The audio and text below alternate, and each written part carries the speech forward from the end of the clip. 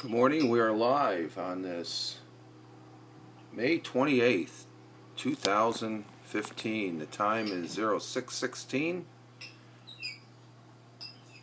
a.m. Eastern Time here in upstate New York, southern tier of New York State. And good morning, Jonathan. Just a good morning here from the southern tier of New York State. I'm currently at my computer desk. Just starting the morning. Say good morning, and I got a few Periscope perspectives on some things. Got Camilla and Bill, welcome. Good morning from the southern tier of upstate New York. And I want to say hello to the web viewers that I have as well. I have 2 web viewers according to the Periscope. More viewers indication. So I got 4 viewers this morning. And I'll switch back over here for a little bit. Just starting the morning, we got Richard Hubbuck in the house. Good morning, Richard. And Richard is over there in the UK, and he has some great periscopes, folks. He has some great periscopes. The last one I watched was him doing a live periscope on the fringes of the Stonehenge. And I love that periscope, Richard. That was a great one. And we got David from Ireland joining us this morning. Like I said, I'm currently at the computer desk here this morning. And this morning we've got what was it, about 62 degrees. Good morning, David. We got about 62 degrees Fahrenheit, which is about 16, 17 degrees Celsius here this morning.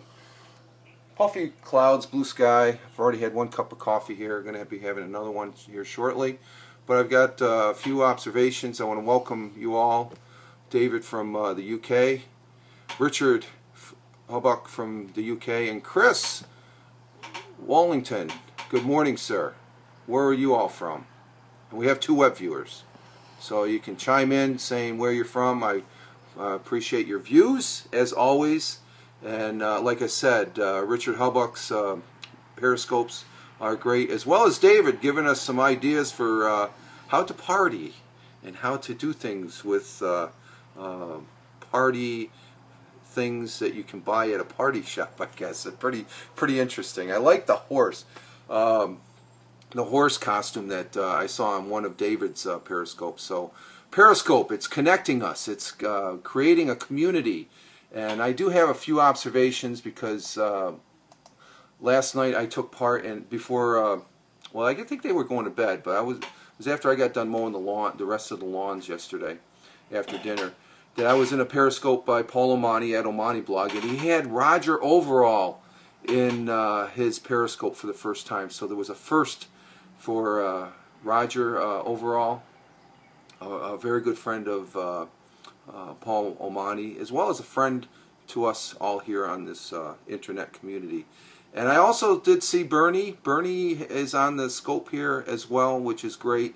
And was it? There was a couple other scopes I watched. The one from Bernie, as well as the one for was it Jane Boyd's out there in Fargo, I guess, at Jane Boyd. And I'm just checking something out here real quick, so just bear with me for a moment.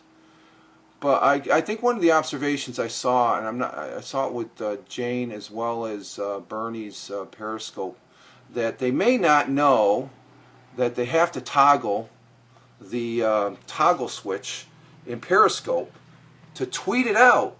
That's part of the great thing about Periscope. It tweets it out, and you instantaneously you're going to get additional viewers. And I have an additional viewer with Mark Grossman. Good morning, Mark. And Chris is still with us, as far as David and Richard, and our 2 web viewers, and we probably have more web viewers. And what I am talking about is I took a snapshot, and what you have is, let me get my pen on.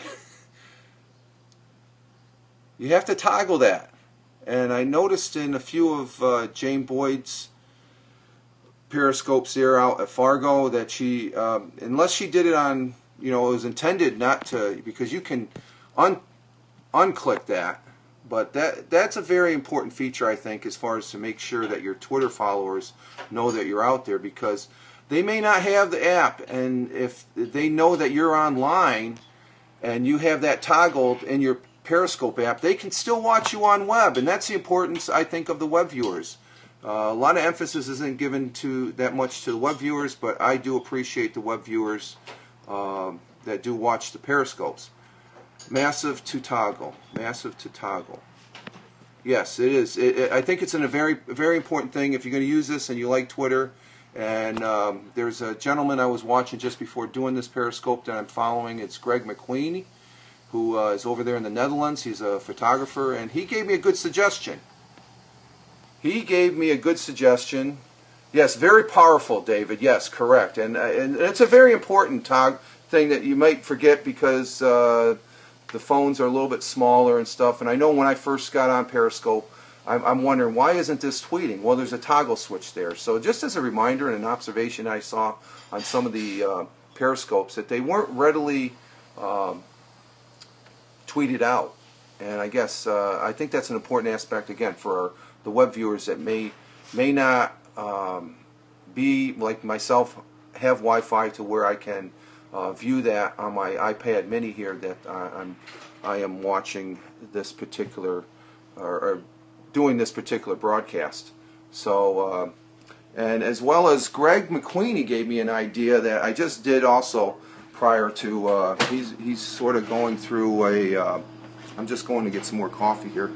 He's going through he ended up purging some apps, which caused me to think about purging some apps as well. And one of the apps on this iPad mini, because space is a premium. I only have 16 gigabytes on this iPad mini, so I'm finding if I want to do Periscopes that I need to have the space for it. So, and I am just pouring myself some coffee here. This is my second cup here in the kitchen. And I'm going to go out on the back porch here, as far as I might have a couple bananas there. I have a banana for breakfast. Good for potassium and stuff, as far as that goes. But we'll go out here on the back porch. And I'm trying not, I got a clock on these. Let's see, love the bananas. Yeah, bananas are good for you. They're good. I don't run as much as I used to, but the potassium for a runner is very good for lactic acid buildup and the like. So I'm at 8 minutes. So I'm going to try and keep these morning ones to about 15 minutes or so. And I'm just heading out to the back porch here. So I have to make sure. Okay, I got the back screen door. Yeah, we got the cats there. We gotta make sure they don't get out. So I'm out here on the back porch and give you a shot of the morning view this morning here in the southern tier. That's the blue skies we have, and you can hear the cardinal. Sun is rising in the east.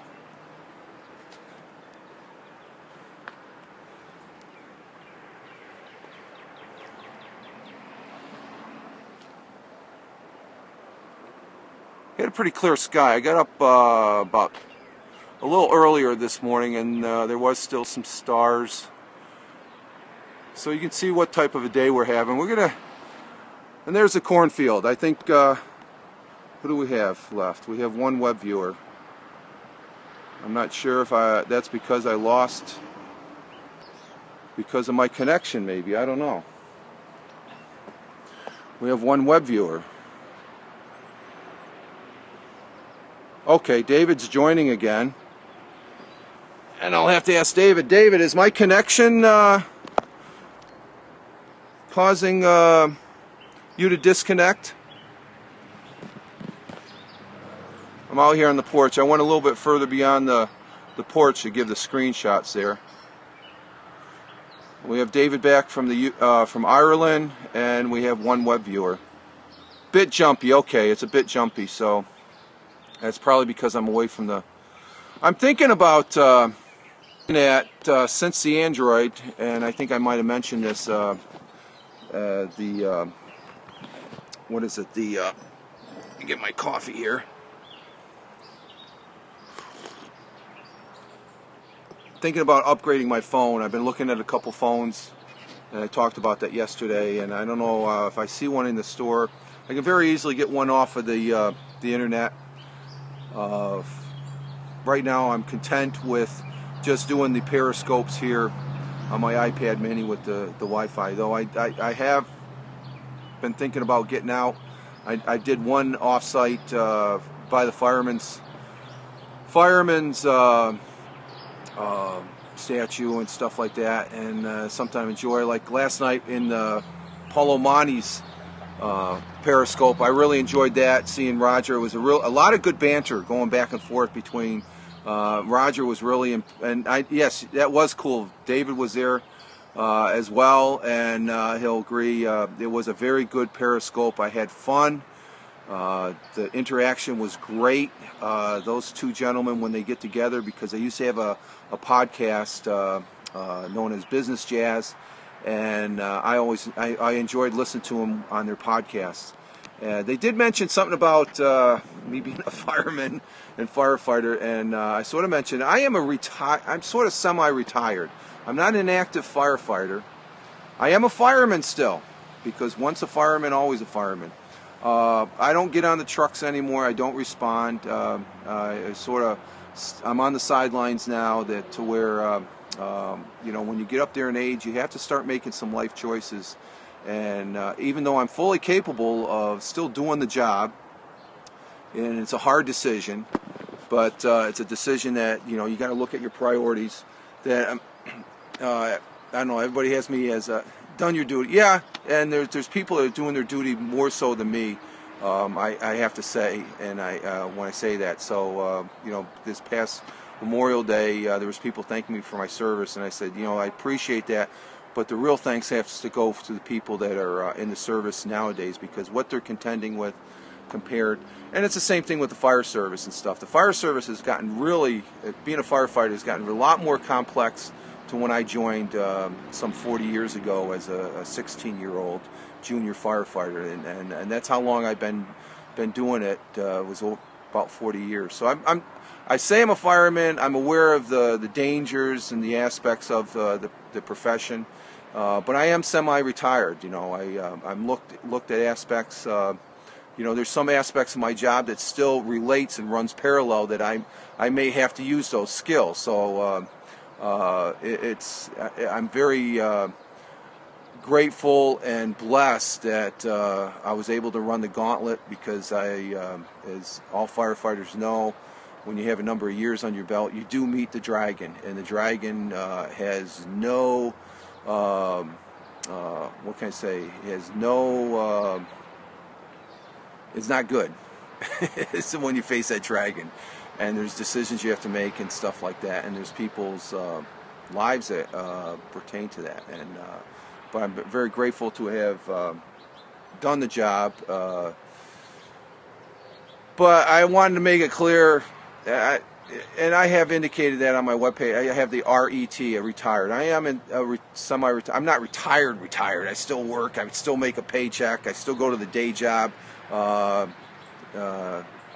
I sort of bring home the bacon, so to speak. But as far as a volunteer in my local community, I've sort of stepped aside and whatnot. So. What's the day job? My day job is I earn money there, David. That's one of the things. I don't really go into details of my job. It's just it's a good job. It runs parallel to what I'm doing. I'm looking. There's opportunities within this particular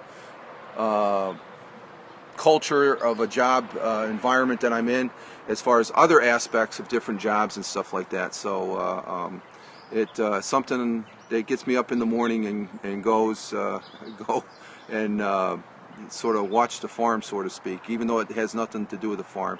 But if I was to sit down and have a beer with you, David, I go a little bit more in detail. But because we're on the internet, I have a little rules of engagement that I adhere to. That there's certain things I don't really care. It is a good job. It's a I have done. I can say that I have worked after getting out of the service here. I did work in Endicott, New York, before the current employment I'm in at IBM. I worked at IBM for 5 years, and then they sold the farm to what they call Endicott Interconnect, which is a manufacturing. I worked manufacturing for about 9 years in Endicott. So I was there for 5 years for IBM, so I can consider myself a zipperhead, as the term.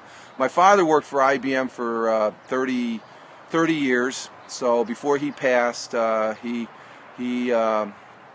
worked at the plant where he worked at, and it was sort of like the second generation going down in the coal mines. That he was actually more proud of that, I think, than me being in the service and stuff. Though he was proud of that, my service in the United States Air Force. So I have worked for IBM in manufacturing. I loved it. It's interesting work. There's some aspects of where I'm at now that pertains to that. So and it's fun. It's something I never done as far as and during that time I've been a community volunteer firefighter, and which has gotten a volunteer firefighter here in New York State.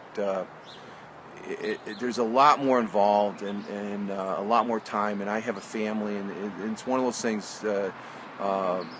You try and do the best you can do, but when the time is a priority for the family, that's where you have to make the decision and stuff like that. So, pretty interesting. Okay, I'm running over my time limit of 15 minutes here, so I'm going to leave you with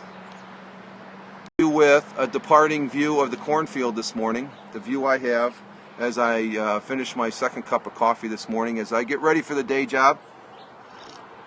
You all have a good one.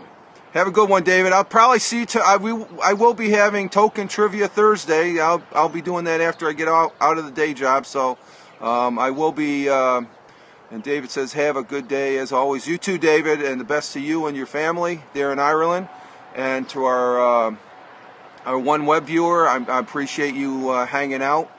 And you all have a good one. Live life. Have fun. Ciao for now. And as always, peace.